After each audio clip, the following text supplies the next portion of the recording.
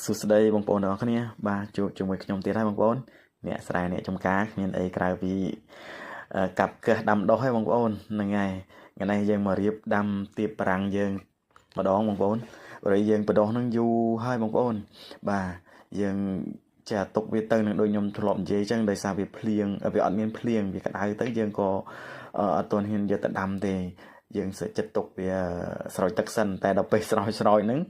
វាឡើងដុះរឹសចាក់ឡើងជ្រៅឯងបងប្អូនមើលធំល្អណាបងប្អូនចង់ជិត1ម៉ែត្រហ្នឹងហ្នឹងហើយថ្ងៃនេះក៏រៀបចំនឹងយកវាទៅដាក់ដាំដោយសារយើងក៏ទៅនឹងរៀបប្រព័ន្ធទឹករួចហើយដែរហ្នឹងហើយមានណាទេមួយប្រពន្ធហ្នឹងហើយប្រពន្ធលីចប់ប្តីយកកាន់ទៀបណែមកគេច្នៃបឹបបងប្អូនតែដោយសារតែអាកន្លែងហ្នឹងវាថ្មច្រើនដល់ពេលអញ្ចឹងទៅខាងអាត្រាក់ហ្នឹងគេព្យួរកើតទេបងប្អូនអញ្ចឹងទៅក៏វាដុះស្មៅដុះអាកូនឈើទុយចាដល់ពេលខែប្រាំងហ្នឹងទៅវាស្ងួតដល់ពេលវាស្ដុកពេកអញ្ចឹងយើងពិបាកនឹងដាំខ្ញុំក៏ដុតវាខ្លះចោលតែយើងក៏មើលដែរបងប្អូនហ្នឹងហើយយើងដុតកុំឲ្យវាទៅឆ្លងដល់ដីគេយើងដុតតែដីយើងទេនេះដូចបងប្អូនឃើញអញ្ចឹងគឺស្អាតថ្មបាទប៉ុន្តែដោយសារខ្ញុំលើគេថាអាទៀបបារាំងហ្នឹងដាំនៅកន្លែងដែលមានថ្មហ្នឹងវាល្អបាទអញ្ចឹងទៅក៏នឹកឃើញមួយប្រពន្ធសុខចិត្តកាប់កើសមិនធម្មតាណាបងប្អូន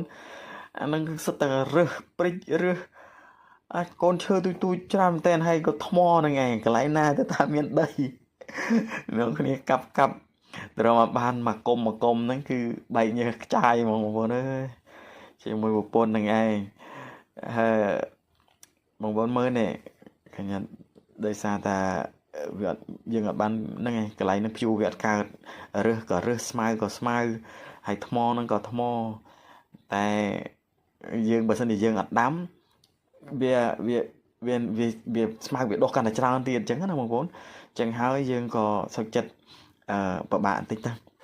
ហ្នឹងហើយយើងដាំយើងកាប់យើងកើសទៅវាមិនសូវមានវា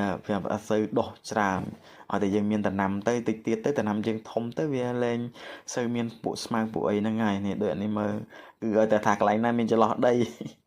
គឺដាក់ហ្មងបងប្អូនអើយហ្នឹងហើយតែរមិនបានមកគុំហ្នឹងគឺអើយវេទនាណាស់ឥឡូវហ្នឹងយើងមកចាក់ទឹកវាយើងដាំហើយយើងចាក់ទឹកវាល្អណាស់បងប្អូនហ្នឹងហើយអាខ្លះហ្នឹងវានិយាយរួមវាលើសត្រួយមកតែបដាដែរហ្នឹងហើយខៀវខ្ចីល្អមែនតើសង្ឃឹមថារស់ណា